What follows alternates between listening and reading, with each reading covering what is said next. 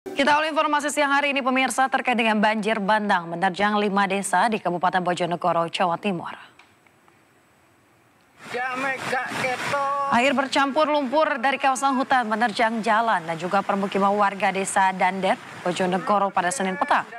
Selain desa Dander pemirsa, banjir bandang juga melanda desa Ngunut, desa Growok, desa Sumber Arum dan juga desa Kunci.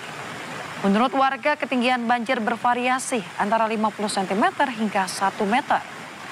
Banjir bandang terjadi setelah hujan dengan intensitas tinggi mengguyur wilayah selatan Bojonegoro sejak Senin petang. Bahkan akses antar kecamatan sempat terputus akibat derasnya arus banjir. Lumpur bekas banjir juga mengotori ratusan rumah warga dan juga tempat ibadah seperti masjid serta sejumlah fasilitas umum.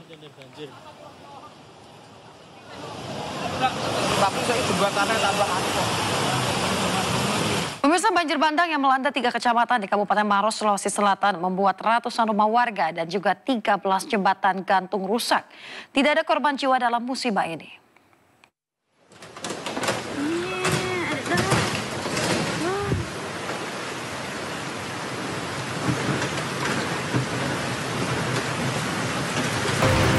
Banjir bandang melanda 3 kecamatan di Kabupaten Maros, Sulawesi Selatan. Banjir bandang terparah menerjang 2 desa, yakni Desa Cenrana dan Desa Matirobaji di Kecamatan Camba, Kabupaten Maros. Sejumlah rumah warga rusak parah, bahkan tembok salah satu sekolah ambruk akibat diterjang derasnya arus air luapan Sungai Wala naik. Tembak pos di mai pon nanu ro. Tembak kurani. La ilaha illallah. Selain itu, 13 jembatan gantung yang menghubungkan antar kecamatan maupun desa dan dusun putus, sehingga warga terpaksa harus melintas ke jalan alternatif yang lebih jauh. Banjir bandang telah terjadi di Kabupaten Maros di hari Sabtu pagi sekitar jam 7.30 yang menerjang 3 kecamatan, yakni Kecamatan Malawa, Camba, dan Cenrana. Dan yang terparah itu ada di Kecamatan Camba di 2 desa, yakni Desa Cenrana dan Matirobaji. Tidak ada korban jiwa dalam bencana ini. Warga yang sempat mengungsi di sejumlah posko pengungsian pun kini sudah kembali ke rumahnya masing-masing karena genangan air telah surut. Kini pihak BPBD Maros akan berkoordinasi dengan Polres Maros dan Kodim untuk proses pembersihan sisa material banjir bandang. Dari Kabupaten Maros, Sulawesi Selatan, Wahyu Ruslan, iNews melaporkan. Pemirsa, tebing setinggi 50 meter longsor dan menutup badan jalan penghubung 2 kabupaten yakni Mamasa dan juga Polewali Mandar, Sulawesi Barat. Selain longsor, pemirsa, 2 rumah warga jatuh ke sungai usai tergerus longsor. Awas di bawah.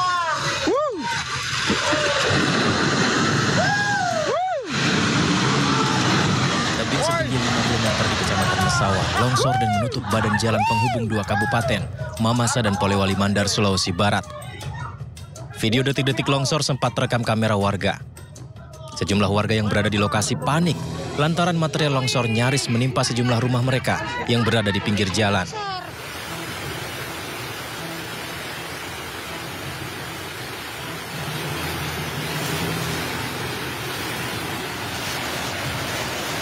Tak jauh dari lokasi yang sama, 2 rumah warga yang berada di pinggir jalan jatuh ke sungai akibat tergerus longsor usai diguyur hujan deras. Beruntung dalam 2 peristiwa tersebut tidak ada korban jiwa. Kejadian longsor di ruas, sebenarnya ada di ruas jalan di Mesawa, tepatnya di Desa Rimpung. Rumah ada 2 unit sedang dalam keadaan kosong. Pemilik rumah memang sedang tidak berada di tempat karena sedang merantau. Untuk menangani bencana ini, pihak BPBD setempat masih terus mendata terhadap korban bencana, termasuk mengerahkan alat berat ke lokasi untuk membuka kembali akses jalan yang tertutup longsor. Dari Mamasa, Sulawesi Barat, Frendi Christian, iNews melaporkan. Kita ke informasi lain, pemirsa. Sekjen PDIP Hasto Kristianto dikabarkan ditetapkan sebagai tersangka oleh KPK terkait kasus Harun Masiku. Meski demikian, KPK belum bisa memastikan kabar tersangka Hasto Kristianto tersebut. Pemirsa, kabar penetapan tersangka Hasto Kristianto beredar sejak pagi di berbagai media. Menanggapi kabar tersebut, jubir PDIP Chiko Hakim menyebut hingga kini belum ada info pasti dari KPK. Namun Chiko mengatakan upaya mentersangkakan Sekjen PDIP sudah lama. Menurut Chiko, ada upaya untuk mengganggu PDIP dengan tujuan menenggelamkan atau mengambil alih. Sementara itu pemirsa, KPK belum memastikan penetapan tersangka Sekjen PDIP tersebut. Dan juru bicara KPK, Tessa Mahardika menyatakan akan mengecek kebenaran kabar penetapan tersangka Hasto Kristianto.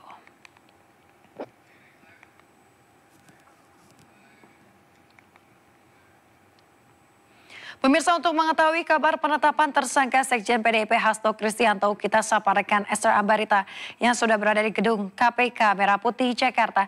Selamat siang Esra, apakah sudah ada tanggapan dari KPK terkait kabar penetapan tersangka Sekjen PDIP Hasto Kristianto saat ini?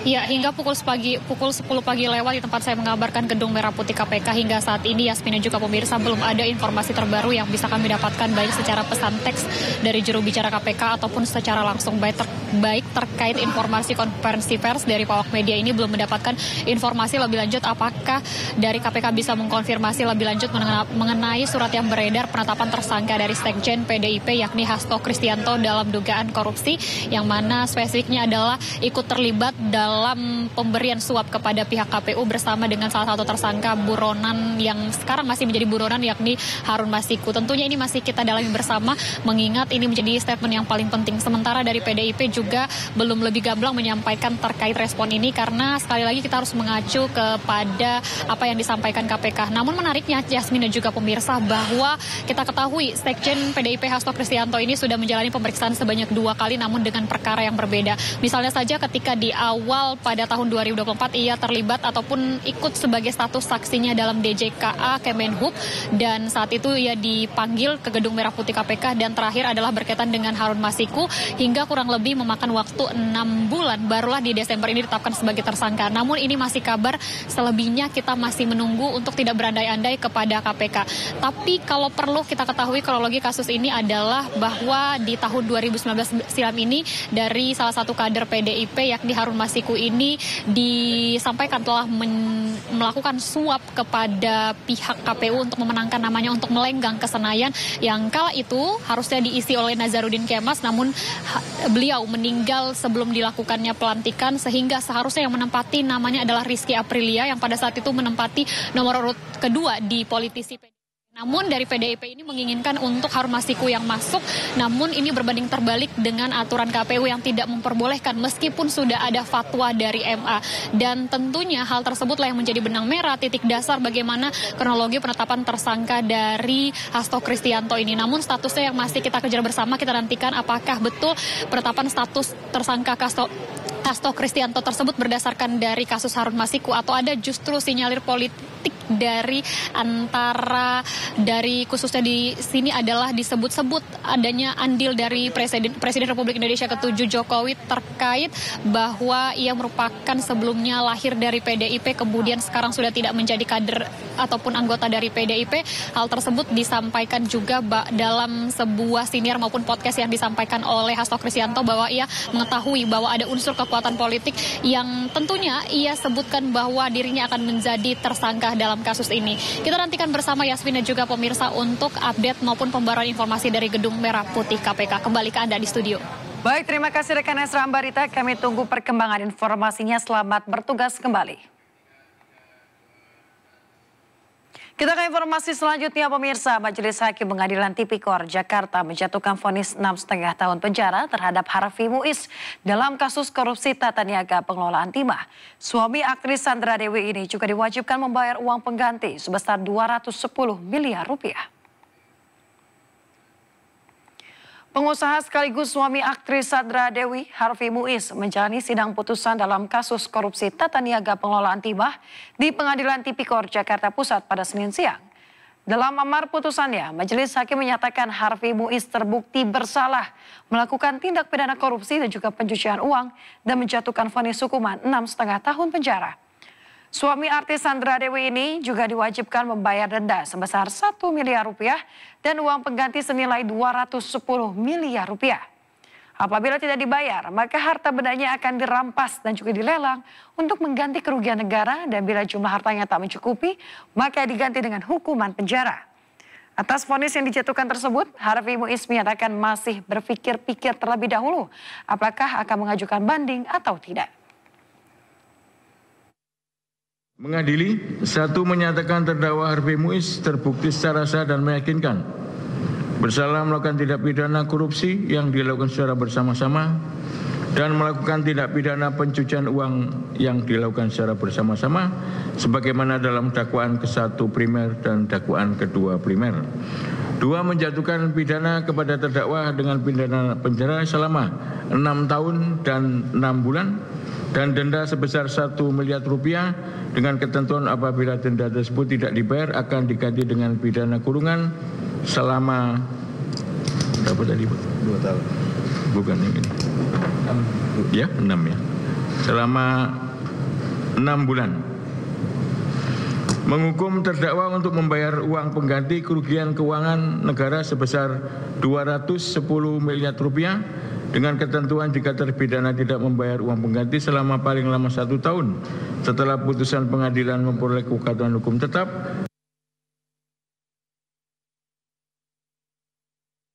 Apakah nanti kita akan mengajukan keberatan terhadap harta tersebut atau tidak?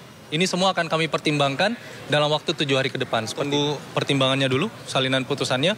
Kami ada waktu 7 hari untuk pikir-pikir dan setelah itu kami akan tentukan upaya hukum apa yang akan kami lakukan.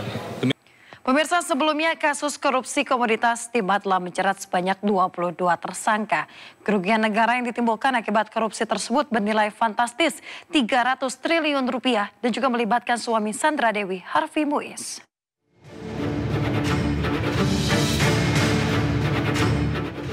Kasus korupsi tata niaga komoditas timah menjadi perhatian publik. Tak hanya melibatkan nama-nama yang dikenal sebagai publik figur, namun yang mencengangkan adalah nilai korupsi yang merugikan negara hingga 300 triliun rupiah. Hingga kini, Kejaksaan Agung telah menjerat 22 orang tersangka, termasuk Crazy Rich, Helena Lim, dan suami publik figur Sandra Dewi, Harvey Muiz. Jaksa penuntut umum mendakwa Harvey Muiz telah melakukan tindakan pidana pencucian uang dengan menerima uang sebesar 420 miliar rupiah dari hasil tindakan pidana korupsi. Suami Sandra Dewi ini dijerat pasal 2 ayat 1 dan 3 junto, pasal 18 Undang-Undang Tipikor dan pasal 55 ke-1 KUHP. Sejumlah aset Harvey juga telah disita termasuk mobil mewah dan barang berharga dari sejumlah apartemen.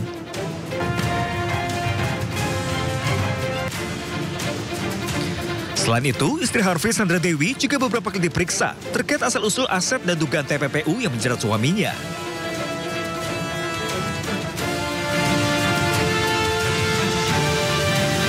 Pemirsa, ribuan penumpang juga memadati Bandara Soekarno-Hatta, Tangerang, Banten. Pengelola Bandara Soekarno-Hatta mencatat jumlah penumpang lebih dari 150.000 penumpang dengan pergerakan pesawat mencapai 1.100 penerbangan.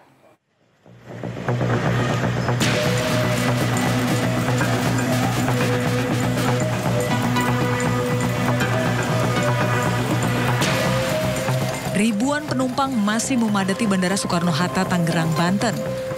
Para pengguna moda transportasi udara ini kebanyakan pergi berlibur atau pulang ke kampung halaman memanfaatkan libur Natal dan Tahun Baru. Penurunan harga tiket sebesar 10% mendorong tingginya minat penumpang untuk pergi berlibur menggunakan moda transportasi udara. Pulang kampung? Mau pulang kampung. Kenapa memilihnya hari? Karena harga tiket turun hari ini. Oh, pulang kampungnya kemana? Ke Balikpapan. Sementara menurut pengelola bandara, jumlah pergerakan penumpang hari ini mencapai 159.000 orang. Dan untuk pergerakan pesawat berjumlah 1.071 penerbangan hari ini. Melihat data perkiraan di hari ini, memang hari ini terjadi sedikit penurunan. Menurut data yang kami terima ada sekitar 159.000 penumpang yang akan datang dan berangkat melalui Bandara Soekarno-Hatta. Dan untuk penerbangannya sekitar 1.073 penerbangan.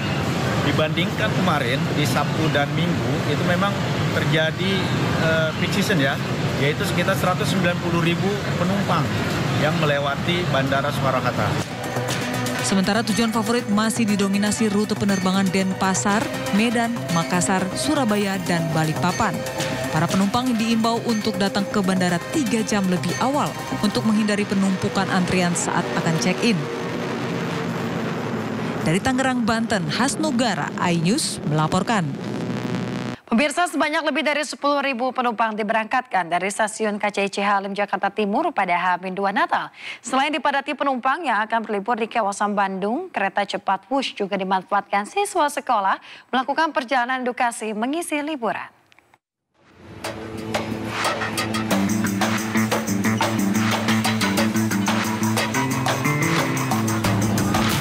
Antrian penumpang terjadi sejak jadwal pemberangkatan pertama dalam rangkaian kereta cepat Wush dari stasiun KCIC Halim Jakarta Timur. Keberangkatan penumpang Wush melonjak hingga mencapai 10.000 penumpang.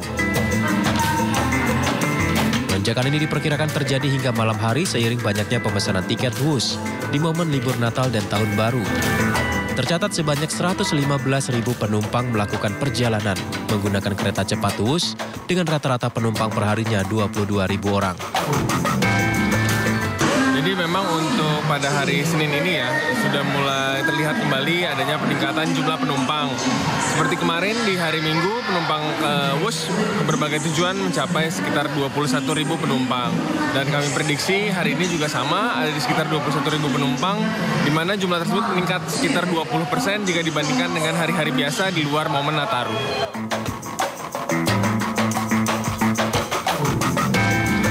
Sementara jelang dibukanya stasiun KCIC Karawang, pemesanan tiket KCIC menuju Karawang sudah mulai dibuka pada 22 Desember dengan harga tiket mulai Rp125.000. Tercatat sudah lebih dari 50 pemesan tiket untuk tujuan Karawang baik dari stasiun Bandung maupun Halim. Dari Jakarta, Rio Manik, iNews melaporkan. Pemirsa, puncak arus libur Natal dan Tahun Baru juga terjadi di Pelabuhan Bakauheni, Lampung. Ribuan kendaraan terus memadati kantong parkir di dermaga pelabuhan.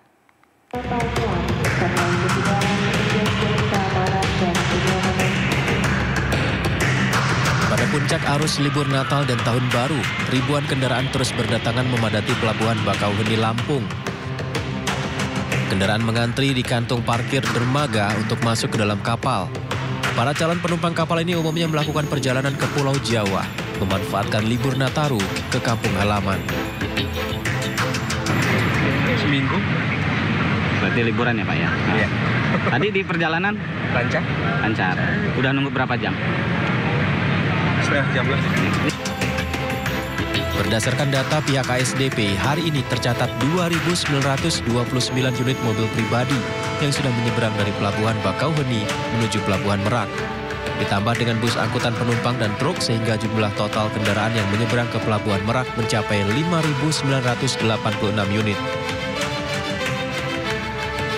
Saya dari Lampung Pak, dari Tenggamus, Kabupaten Tenggamus. Saya dari Banten, ya, di Rangkas Bitung. Mau ke Banten? Iya, mau ke Banten. Kemarin hari Sabtu. Ini dalam rangka apa?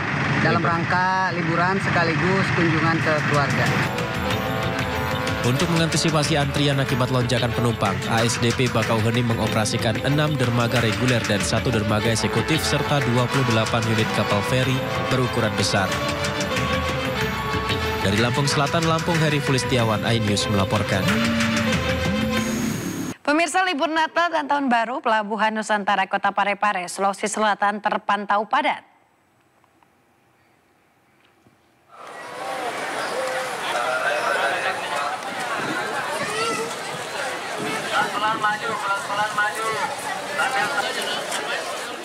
Pemirsa, ribuan penumpang yang hendak berangkat dari Pelabuhan Nusantara Kota menuju sejumlah daerah di Kalimantan memadati terminal pemberangkatan. Agar tidak terjadi kepadatan saat naik kapal, petugas pintu dermaga pun menerapkan buka tutup masuknya penumpang di dermaga pelabuhan. Dari data KSOP Parepare, tercatat ada 2.334 penumpang kapal yang akan bertolak dari Pelabuhan Parepare pada Senin malam.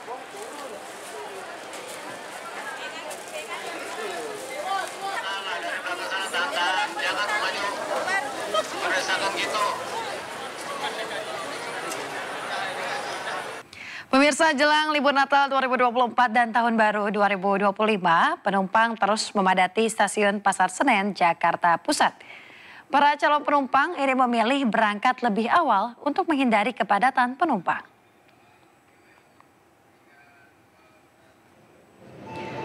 Pemirsa, pagi ini tercatat sebanyak 24.999 penumpang berangkat ke sejumlah lokasi di Jawa Tengah dan Jawa Timur di periode Natal dan Tahun Baru 2024-2025. Para penumpang yang hendak mengisi waktu libur Nataru memilih keberangkatan lebih awal, mengingat kepadatan diprediksi akan terjadi pada 24 hingga 25 Desember 2024, sehingga para penumpang mengantisipasi untuk menghindari adanya kepadatan.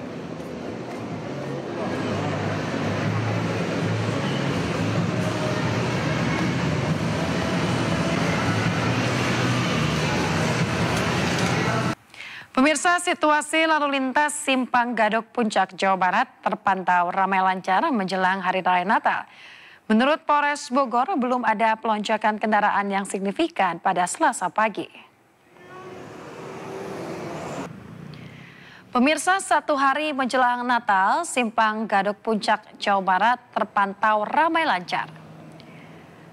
Pada Selasa pagi, pemirsa, jumlah kendaraan masih terbilang normal. Dan dari keterangan Polres Bogor, belum ada pelonjakan jumlah kendaraan, baik dari arah Jakarta maupun dari arah sebaliknya. Dengan situasi lalu lintas yang ramai lancar ini, pemirsa, Polres Bogor belum memperlakukan sistem one way ataupun ganjil genap. Namun jika nantinya ada pelonjakan jumlah kendaraan, pemberlakuan sistem tersebut bisa saja diterapkan untuk mengurangi kemacetan.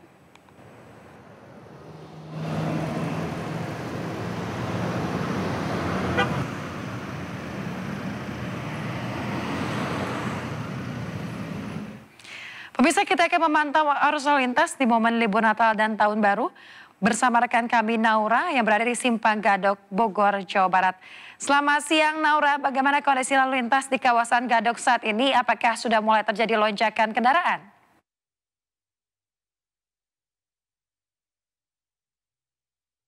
Yang hari ini maksud saya saya dan juga tim sudah berada di Simpang Gadok Puncak, Jawa Barat. Dan terpantau dari tadi pagi sekitar jam 8:30 waktu Indonesia Barat, kami dan tim kami sudah berada di sini di lokasi. Terpantau untuk lalu lintas memang ramai dan juga lancar. Menurut Polres Bogor sendiri, untuk pelonjakan kendaraan di Simpang Gadok Puncak, Jawa Barat ini tidak ada pelonjakan yang signifikan dari jumlah kendaraan. Oleh karena itu, dari Polres Bogor belum menetapkan dan memberlakukan seperti sistem one way, kontraflow, dan juga ganjil genap di pagi hari dan juga di siang hari ini pada saat ini. Namun akan tetapi seperti sehari sebelumnya sempat diberlakukan adanya sistem one way dikarenakan adanya pelonjakan jumlah kendaraan. Namun itu masih bersifat situasional. Dan untuk saat ini dipastikan kembali juga untuk wisatawan atau mungkin pemirsa yang akan berkunjung ke Puncak, Jawa Barat untuk memastikan kendaraan Anda menggunakan plat yang sesuai dengan tanggal hari ini dan juga dalam kondisi yang prima dan juga fit. Yasmin, kembali ke studio. Baik, terima kasih rekan Naura Syafika melaporkan langsung dari kawasan Simpang Gadok, Bogor, Jawa Barat. Selamat bertugas kembali. Kita ke informasi berikutnya pemirsa, dari Probolinggo, tol Probowangi yang menghubungkan Probolinggo dan juga Banyuwangi sudah bisa digunakan. Meski belum selesai total, namun tol ini diharapkan bisa membantu memecah kemacetan saat libur Natal dan Tahun Baru.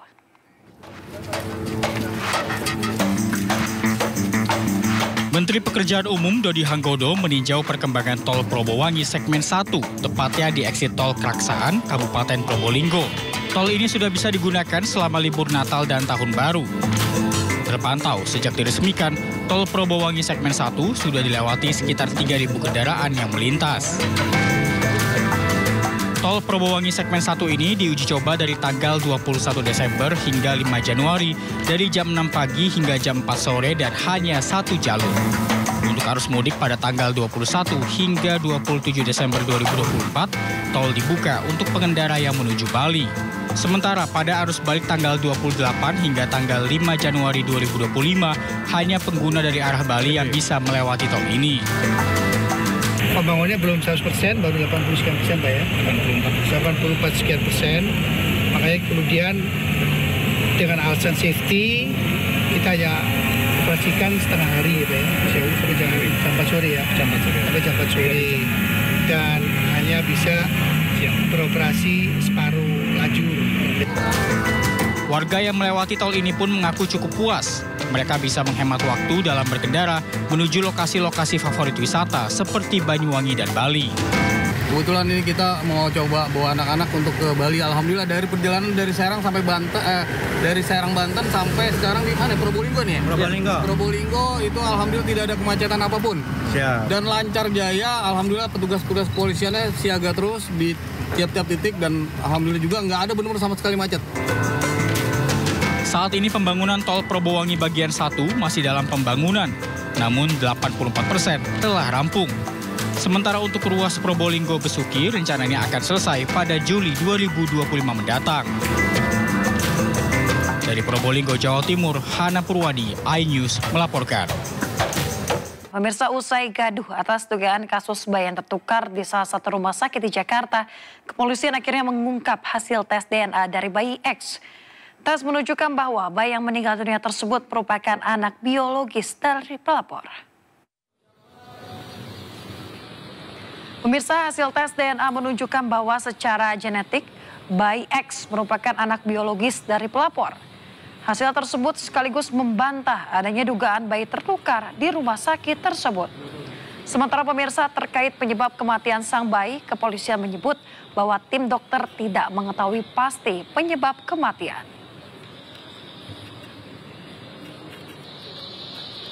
Dengan kesimpulan, berdasarkan hasil analisis seluruh profil DNA dari sampel barang bukti tabel 1, maka telah dapat dibuktikan secara ilmiah bahwa secara genetik Mr. X adalah anak biologis Muhammad Rauf dan Feni Selvianti. Demikian hasil pemeriksaan DNA ini telah kami uraikan dengan sejujur-jujurnya dan menggunakan keilmuan yang sebaik-baiknya. Sisa sampel barang bukti akan dikembalikan sesuai ketentuan yang berlaku atau akan dimusnahkan setelah 1 tahun masa simpan. Namun setelah kegiatan ekshumasi, hasil koordinasi tim penyidik dengan dokter yang melakukan ekshumasi, untuk penyebab kematiannya ini tidak diketahui dikarenakan organ dari bayi ini sudah tidak ditemukan, hanya tulang saja, tulang belulang. Dari sisa tulang belulang ini, keterangan dari dokter itu memang tidak bisa diketahui penyebab kematiannya. Namun arahan dari dokter rumah sakit, kalau memang cukup dengan rekam medis itu sudah dapat ditentukan penyebab kematiannya. Seperti itu keterangan hasil koordinasi tim penyidik dengan dokter yang melaksanakan kegiatan ekshumasi. Pemirsa, sebelumnya Satreskrim Polres Metro Jakarta Pusat membentuk tim khusus guna menyelidiki kasus bayi yang diduga tertukar di Rumah Sakit Islam Cempaka Putih, Jakarta Pusat. Polisi juga mempertemukan kedua pihak untuk bermediasi.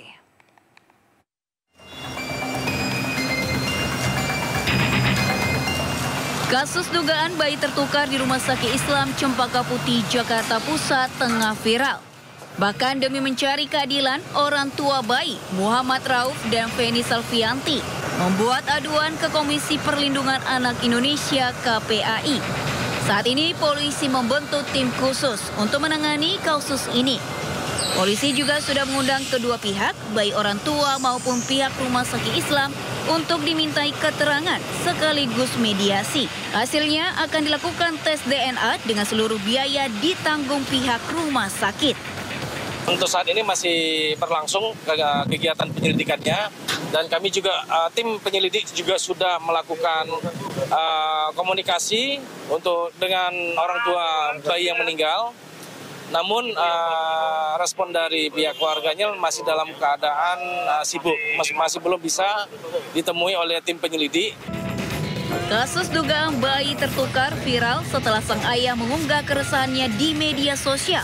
Rauf menceritakan kecurigaannya terkait bayi pertama yang baru dilahirkan istrinya telah tertukar. Kecurigaan muncul setelah meyakini wajah bayi yang meninggal berbeda dengan wajah bayi yang dilahirkan istrinya. Dari Jakarta, Rani Sanjaya, iNews melaporkan. Kita ke informasi lain pemirsa, Ketua DPP PDI Perjuangan Deddy Sitorus menyebut dugaan pemberedelan lukisan Yos Suprapto seperti masa Orde Baru. Sementara itu Yos Suprapto akan menempuh langkah hukum usai pameran lukisannya batal dipamerkan karena dinilai terlalu vulgar.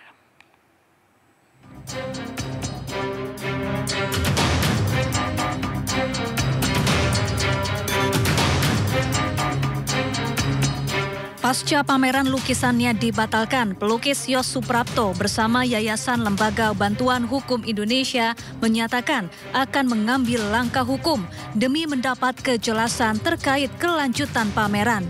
Yos juga memutuskan akan membawa pulang karya-karyanya usai tak jadi dipamerkan.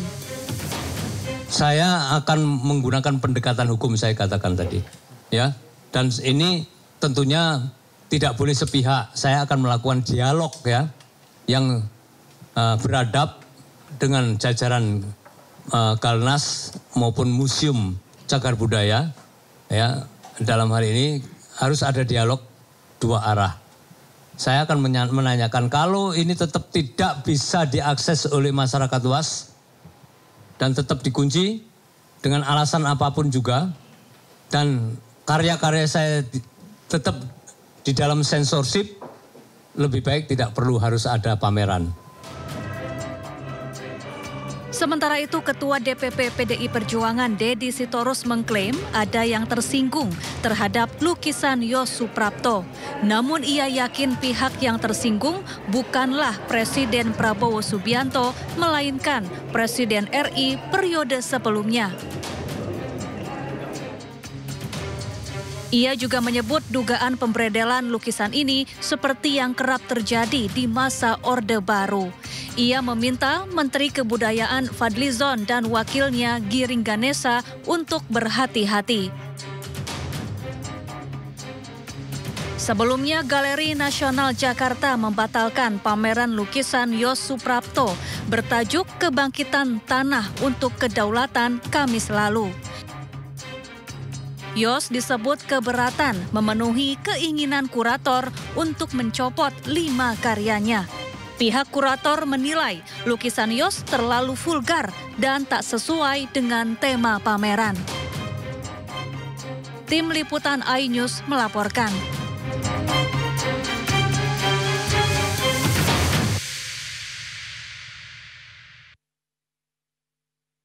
Lukisan karya Yos Suprapto. Pembatalan pameran di Galeri Nasional tersebut murni karena kurator tidak sependapat terhadap beberapa karya lukis yang dipasang. Di dalam pameran itu ya yang berkuasa itu sebenarnya kurator. Nah, kurator itu sudah bekerja sama dengan senimannya memilih tema tentang kedaulatan pangan. Nah, di dalam proses akhirnya ternyata ada beberapa lukisan yang tidak sesuai dengan tema. Bahkan kurator itu sudah mendiskusikan itu dan tidak sependapat. Tapi menurut informasi yang kami terima, si senimannya memasang sendiri lukisan itu, bukan kurator. Jadi memasang sendiri lukisan-lukisan yang tidak disetujui oleh kurator. Nah, beberapa lukisan itu saya kira menurut kurator tidak pas, tidak tepat dengan tema. Ada yang tema yang mungkin motifnya politik, bahkan mungkin makian terhadap seseorang. Kemudian juga ada yang telanjang. Itu juga tidak pantas, sedang bersetubuh kira-kira begitu ya, telanjang, dengan memakai topi yang mempunyai identitas atau afinitas budaya tertentu, seperti topi Jawa, atau Raja Jawa, atau Raja Mataram, itu kan bisa membuat ketersinggungan orang, itu bisa masuk kategori sara, gitu ya. Nah, kita tidak ingin ada hal-hal seperti itu. Kita tidak ingin mengekang ekspresi kebebasan. Saya kira kita semua sangat mendukung kebebasan berekspresi. Tapi tentu kebebasan berekspresi jangan sampai melampaui batas kebebasan orang lain. Ini yang saya kira dan tidak ada beredel. Tidak ada beredel itu kurator yang menentukan. Pemirsa, Partai Perindo akan membangun koalisi fraksi DPRD di beberapa daerah dengan Partai Hati Nurani Rakyat atau Hanura. Rencana koalisi ini disampaikan PLT Sekjen DPP Partai Perindo, Andi Muhammad Yuslim Patawari saat menghadiri HUT Partai Hanura ke-18 di Jakarta Utara.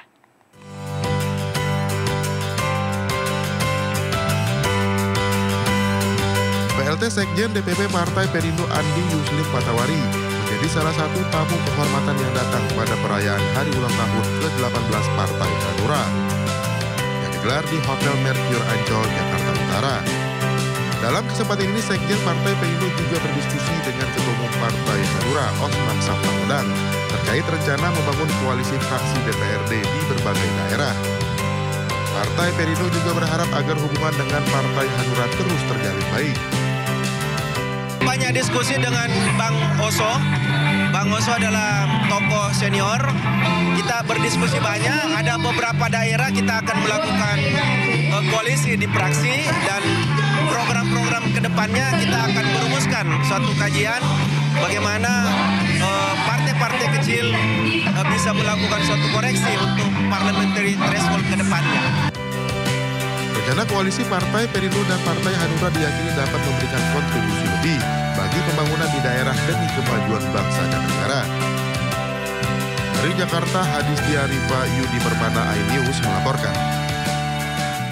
Pemirsa, Kementerian Tenaga Kerja menghormati keputusan Mahkamah Agung yang menolak permohonan kasasi PT Sri Rejeki Isman Tbk atau Sritex. Kemenaker berharap keputusan tersebut tidak berdampak pada perubahan komitmen manajemen Sritex untuk menghindari PHK karyawan. Pemerintah melalui Kementerian Ketenagakerjaan menghormati putusan Mahkamah Agung yang menolak kasasi status pilot PT Sri Rejeki Isman Tbk atau Sritex. Kementerian berharap keputusan tersebut tidak berdampak pada perubahan komitmen manajemen Sritex untuk menghindari PHK karyawan. Wakil Menteri Ketenagakerjaan Immanuel Ebenezer menegaskan, sebagai langkah mitigasi, Kementerian telah menyiapkan langkah dan strategi untuk melindungi dan memberdayakan karyawan yang terdampak melalui program jaminan kehilangan pekerjaan, serta Balai Latihan Kerja untuk meningkatkan kompetensi karyawan.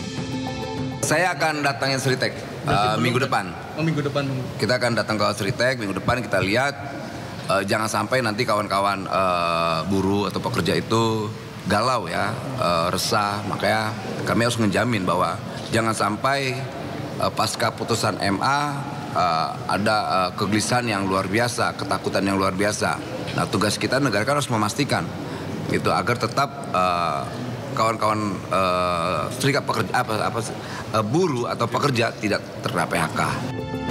Sebelumnya, Mahkamah Agung resmi menolak permohonan kasasi yang diajukan PT Sritex. Adanya putusan kasasi ini membuat status pilot menjadi sah secara hukum atau inkrah. Namun di sisi lain, manajemen Sritex sendiri akan mengajukan peninjauan kembali atas putusan tersebut. Pemirsa, di tengah keresahan masyarakat terkait kenaikan PPN 12%, Menteri Koordinator Bidang Perekonomian Erlangga Hartarto menegaskan transaksi KRIS tidak akan dikenakan PPN 12%. Tidak hanya KRIS, pemirsa, transaksi menggunakan debit card, e-money hingga transaksi kartu lainnya juga tidak akan terkena dampak kenaikan PPN. Kebijakan kenaikan pajak pertambahan nilai atau PPN 12% yang akan mulai berlaku pada 1 Januari 2025 menuai keresahan di masyarakat. Pasalnya, jasa sistem pembayaran masuk ke dalam objek pengenaan PPN 12%. Sehingga muncul kekhawatiran transaksi pembayaran melalui Quick Response Code Indonesia Standard atau QRIS hingga e-money juga akan terdampak. Menjawab keresahan di masyarakat, Menteri Koordinator Bidang Perekonomian Erlangga Hartarto menegaskan, transaksi QRIS tidak akan dikenakan PPN 12%. Dengan demikian, konsumen tidak akan dikenakan pajak tambahan saat bertransaksi menggunakan QRIS. Erlangga juga memastikan transaksi menggunakan debit card, e-money hingga transaksi kartu lainnya juga tidak akan terkena dampak kenaikan PPN jadi 12%. Dengan demikian, transaksi tol juga tidak akan terdampak kebijakan baru tersebut. Kemudian yang kedua, payment system. Sekali lagi payment system. Hari ini rame QRIS. Itu juga tidak dikenakan PPN. Jadi kris tidak ada PPN. Sama seperti debit card transaksi yang lain. Di tengah polemik kenaikan PPN 12%, Erlangga optimis daya beli masih dapat terkendali di tahun depan. Pemerintah juga telah mengeluarkan berbagai stimulus untuk menjaga keseimbangan.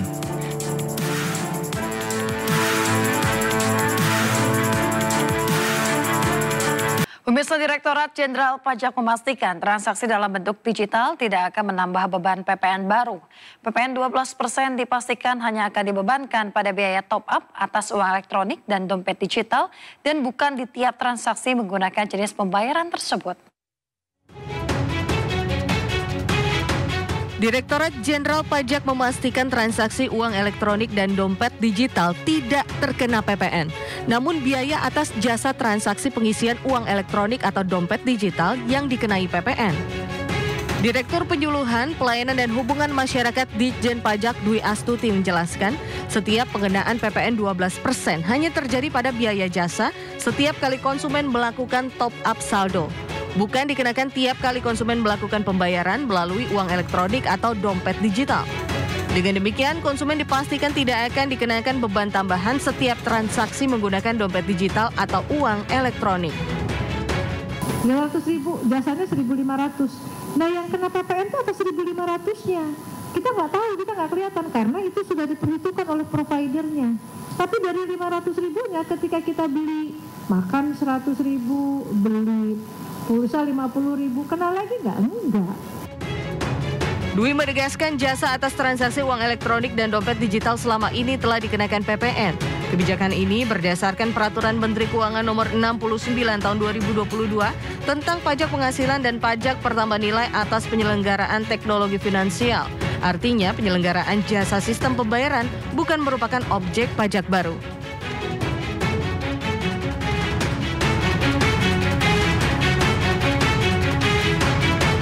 Kita ke informasi berikutnya, pemirsa. Momen Hari Raya Natal dan libur Tahun Baru ini menjadi potensi peningkatan daya beli masyarakat. Sejumlah diskon di toko retail offline maupun online turut hadir menyambut libur Natal dan Tahun Baru. Diprediksi gebiar diskon Natal dan akhir tahun ini akan mendatangkan penghematan devisa belanja negara hingga 80 triliun rupiah. Sejumlah diskon besar-besaran libur Natal dan Tahun Baru hampir dilakukan di semua retail pusat perbelanjaan. Tak tanggung-tanggung diskon-diskon di toko retail offline maupun online saat libur Nataru 2024-2025 diproyeksikan mendatangkan penghematan devisa belanja negara hingga 5 miliar dolar Amerika Serikat atau sekitar 80 triliun rupiah. Menteri Koordinator Bidang Perekonomian Erlangga Hartarto menegaskan sejumlah asosiasi pengusaha telah menginisiasi gelaran diskon. Ada Hari Belanja Online Nasional atau Harbolnas, Belanja di Indonesia Aja atau BINA Diskon 2024, hingga Epic Sale yang menyambut momen Hari Raya Natal dan libur akhir tahun. Di mana angka 80 triliun rupiah tersebut merupakan akumulasi dari target-target belanja konsumen dari masing-masing event. Rinciannya antara lain untuk Harbolnas diperkirakan target transaksi mencapai 40 triliun rupiah. Kemudian di Bina Diskon, target perolehan transaksi mencapai 25 triliun rupiah. Kalau dihitung dalam satu bulan ini mulai dari Harbolnas, Bina, sampai dengan Epic, every purchase is cheap, itu bisa dapat 80 triliun. Nah itu 80 triliun, kalau didolarkan itu sekitar 5 billion US dollar. Berarti 5 billion ini adalah penghematan devisa belanja di Indonesia saja. Oleh karena itu, menurut Erlangga, program-program gelaran diskon perlu terus didukung, khususnya dalam menyemarakan libur Natal dan Tahun Baru 2024-2025. Pemerintah optimistis target-target transaksi dapat terpenuhi dan menunjukkan bahwa daya tahan ekonomi Indonesia masih cukup kuat. Pemirsa, pemerintah melalui kementerian dan badan usaha terkait menjamin amannya ketersediaan energi bagi masyarakat di momen Nataru. Pertamina bahkan terjunkan Satgas khusus Nataru di seluruh wilayah Indonesia. Kebutuhan energi menjadi prioritas dikarenakan energi merupakan sumber daya utama untuk penggerak roda perekonomian. Ketahanan energi semakin sempurna apabila kemandirian di bidang tersebut bisa diwujudkan.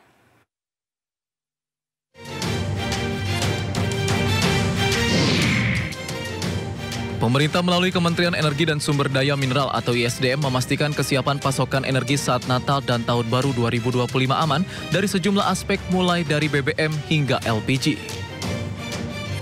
Teman-teman dari Satgas Natal dan Tahun Baru, ada ketuanya Ibu Kepala BPH Migas, kemudian ada Dirut Pertamina, kemudian ada dari PLN dan teman-teman PGN dan Geologi dan dari SDM. Kami baru selesai mengecek persiapan posko Natal dan Tahun Baru khususnya di 4 aspek. Aspek pertama itu adalah ketersediaan BBM yang harus tersuplai sampai daerah-daerah 3T. Yang kedua adalah ketersediaan dan kepastian listrik agar Natal dan Tahun Baru tetap harus berjalan. Yang ketiga itu adalah persoalan ketersediaan LPG yang harus kita pastikan agar Natal dan Tahun Baru ini juga tidak menjadi soal. Yang keempat itulah persoalan antisipasi bencana. Segala bentuk antisipasi dan persiapan pun telah disiapkan oleh pemerintah melalui kementerian dan badan usaha terkait seperti PT Pertamina yang menurunkan Satgas Nataru di seluruh wilayah Indonesia guna menjamin amannya ketersediaan energi bagi masyarakat. Jadi menyambut peringatan Hari Raya Natal tahun 2024 dan Tahun Baru 2025, Pertamina Group kembali membentuk Satuan Tugas Natal dan Tahun Baru, kita sebutnya Satgas Nataru 2024-2025, yang sudah mulai beroperasi sejak tanggal 16 Desember lalu dan akan bertugas sampai 9 Januari 2025 nanti. Tugasnya apa? Tugas ini kami bentuk sengaja untuk memastikan kebutuhan dan juga distribusi energi selama peringatan Natal dan Tahun Baru kepada masyarakat tetap optimal dan juga tidak mengalami kendala. Jadi sesuai data dari Kementerian Perhubungan bahwa akan ada lebih dari 100 juta warga yang akan melakukan perjalanan. Oleh sebab itu kami Pertamina Group yang diberikan amanah untuk mendistribusikan energi tentu juga berpartisipasi dan berkontribusi untuk menyukseskan peringatan Hari Natal dan juga Tahun Baru 2025 nanti. Ya, kebutuhan energi menjadi prioritas dikarenakan energi merupakan sumber daya utama untuk penggerak roda perekonomian. Kegiatan industri dan berbagai hal tentu sangat bergantung terhadap energi. Semakin lama ketahanan energi suatu negara, maka akan semakin baik. Ketahanan energi yang andal membuat negara tersebut lebih tangguh menghadapi kondisi darurat seperti bencana alam atau perang.